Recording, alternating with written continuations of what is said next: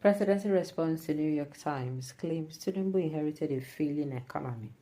That will forever be an excuse. The news in detail, please. The Nigerian presidency has strongly refuted claims made by the New York Times in a recent article depicting the Nigerian economy as facing its worst downturn in a generation. The article titled Nigeria Confronted Worst Economic Crisis in a Generation was published on June 11th and has attracted significant attention for its critical perspective. A response, Bayo Onadoga, the special advisor to the President on Information and Strategy, described the report as a biased portrayal that continues a long-standing trend of negative depictions of African nations by Western media. Onadoga argued that the article presented a distorted narrative, unfairly blaming the current economic challenges solely on the administration of President Bola Tinubu, who assumed office at the end of May 2023. The presidential aide emphasized that the economic difficulties were inherited from previous administrations, countering the notion that they were a direct result of President Tinubu's policies. Onadoga accused the New York Times of focusing exclusively on the negative aspect of the Nigerian economic situation, ignoring the significant effort made by both federal and state government to mitigate these challenges through various policy measures. He pointed out that the report failed to acknowledge any positive developments in the Nigerian economy or the remedial actions being undertaken.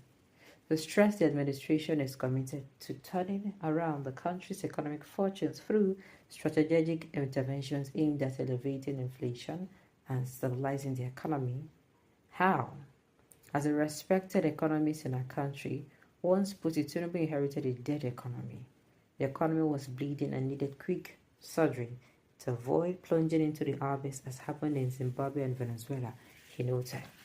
Onadoga explained that these contents influenced the government policy discretion in May-June 2023, including the removal of fuel subsidy and the unification of multiple exchange rates.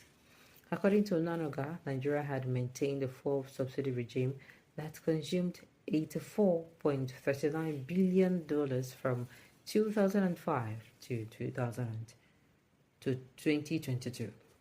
In a country with a significant infrastructural deficit and a high need for better social services. Onadoga also alleged that the state oil firm NNPCL had accumulated millions or trillions of naira in debt from absorbing unsustainable subsidy payment. He noted that when Tinubu took office, there was no problem for fuel subsidy payments in the national budget beyond June 2023. The budget planned to spend 97% of revenue on debt servicing, with little left for recurrent or capital expenditure. The previous government had resorted to massive borrowing to cover such costs like oil.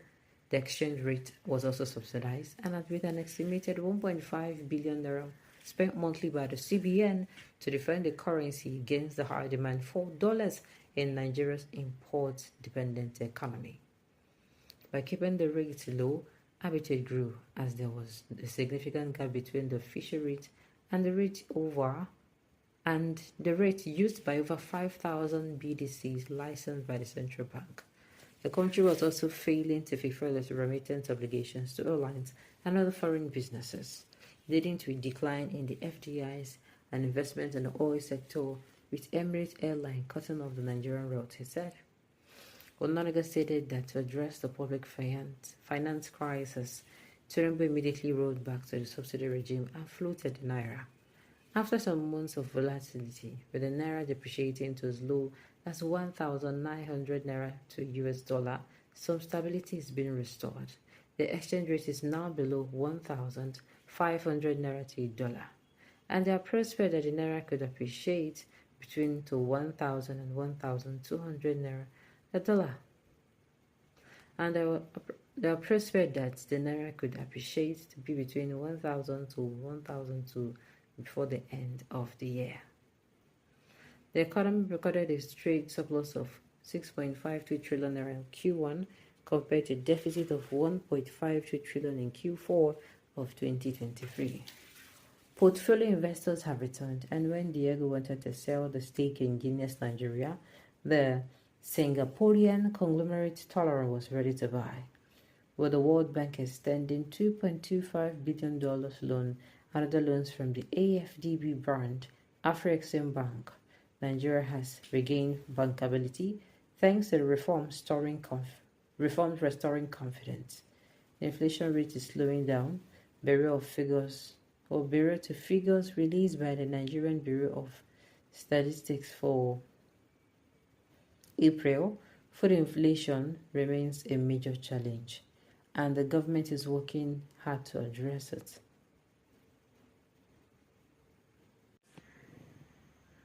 By increasing agricultural production, the Tinubu administration, along with the 36 states, is working diligently to produce food in abundance to reduce cost.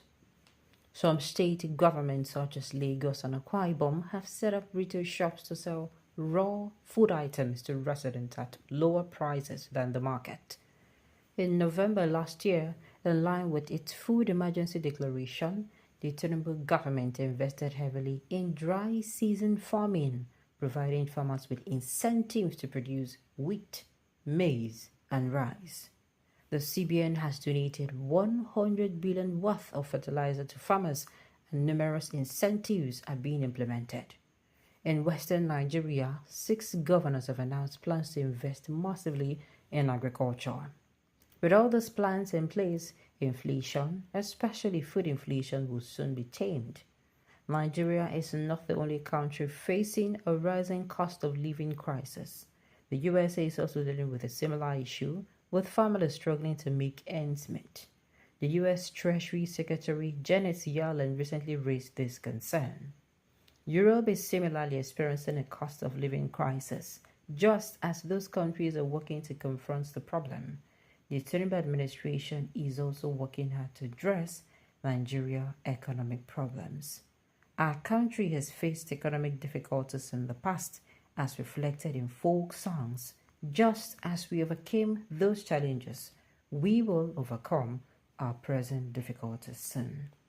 Well, all this one, what's it called? All this one, super story of the century, because there is nothing that they are doing that is looking like they want to, what's it called?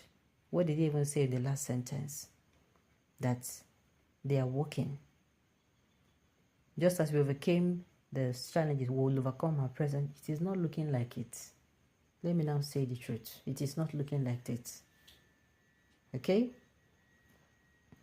If talk is cheap, Animal Farm Kingdom rulers take action now. At least make us to be buying fuel at 200 naira per liter, rice at 7,000 per bag.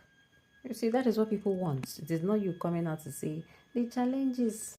That is what people want, not you coming to tell them super story that it will soon work, when they're not even seeing signs of things getting a bit better. Alright, on those notes, you've come to the end of the news. So thank you for telling me to listen until I come your way next time. Enjoy the rest of your day.